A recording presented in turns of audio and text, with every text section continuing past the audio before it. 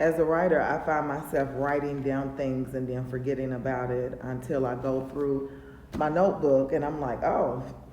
So I wrote down a couple of things, about maybe 33 of them, and I just wanted to read a couple of them. One of the first ones I want to read, it says, if you learn how to be grateful for everything, there's no room for negativity. There's always something to be grateful for. The next one is, God is in me, not outside of me, and loves me unconditionally. This was important for me to write down because when I was in church, I was told that God lived outside of us, above us, and that we was not worthy of God's love. Another one is, family isn't forever, DNA is. Because DNA doesn't change. Like, they're always going to be connected to your DNA, but family can be people that are not in your DNA. You know, you could have a family outside of your DNA that truly loves you unconditionally. Another one is, listen and trust the spirit within. We love to listen to everybody and anything outside of us, but we doubt everything that's inside of us. Learn how to trust and listen to self, which is the God inside of you. All right, this is another good one. It says, the folks you call your friends for so long were nearly passengers that you would eventually have to drop off.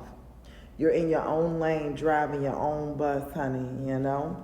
And sometimes people get on the bus to assist you, to love you, and then sometimes for a long time, and then sometimes people are there just for a moment and you got to drop them off. So another one is, never let the next person's cold heart harden yours.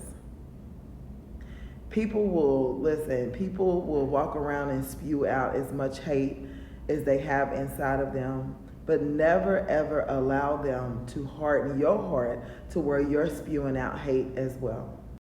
This is one that I really love. It says, people would rather tell the next person how they truly feel about you than to build up enough courage to say it to your face. They are cowards. This is a really good one right here. Be sure to say, I love you, more than you say it to the next person. And that's the thing. We tend to be like, okay, bye, I love you, see you later. We say I love you so many times throughout the day to people that we actually love. But when was the last time you said to self, I love you? It should be daily, you know? The next one is, eat to live. It's important. We just be out here eating, honey. But we need to eat to live, you know? And it's not just the food that you put inside of your mouth, but the food you put in every portal. Portal. So what you read, what you smell, what you taste, what you touch, you know, it all matters. And so eat to live is important. All right, another one is, do things out of the kindness of your heart without the intent of payback. What comes back would be 10 times more than what you put out, and it will be well worth it. So do it from the heart. All right, as I said, there's 33 of them, but I'm going to leave you with this last one. It says, learn how to love yourself fully, despite the social programming. One of the things that we tend to, one of the warfares that they put us in is vanity. We always are concerned about how we look, eyebrows, eyelashes, for women, nails, and just all types of stuff, you know? And we put so much pressure on ourselves because we are not dressed or up to par as social programming would have us. And then that puts self-hate and doubt and everything inside of your heart. So love yourself fully the way that you were made. And be your number one supporter, be your number one lover.